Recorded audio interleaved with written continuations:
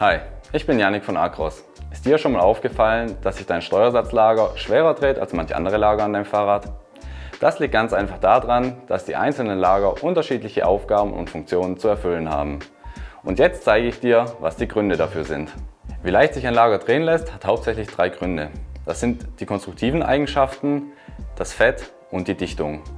Auf die letzten 2 Punkte gehe ich jetzt etwas genauer ein. Ich habe hier 2 baugleiche Lager. Das eine voll befüllt mit Fett und mit Dichtung. So bekommst du es auch nach Hause, wenn du bei uns ein Lager bestellst.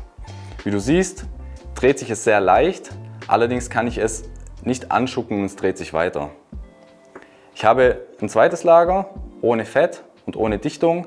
Wie man hier sieht, kann ich es anschucken und es dreht sich ein paar Umdrehungen. Das heißt, es ist sehr leichtgängig. Wie du siehst, hat die Dichtung und auch das Fett einen sehr großen Einfluss auf den Drehwiderstand des Lagers. Jetzt fragst du dich bestimmt, warum verwenden wir überhaupt Fett in unseren Lagern, wenn sich die Lager ohne Fett doch schneller und leichter drehen? Das Ganze machen wir aus dem Grund, dass wir durch das Fett einen Schmierfilm erzeugen, der die Lebensdauer deines Lagers deutlich erhöht. Doch was bedeutet das Ganze jetzt für die einzelnen Lager bei unserem Fahrrad? Nehmen wir als Beispiel ein Namenlager und ein Tretlager. Beides sind Lager, die sich schnell und mit hoher Drehzahl drehen können müssen. Das bedeutet, wir verbauen hier eine Dichtung, die möglichst wenig Reibwiderstand aufweist. Des Weiteren wird ein Fett verwendet, das eine niedrige Viskosität hat, um auch hier den Widerstand zu verringern.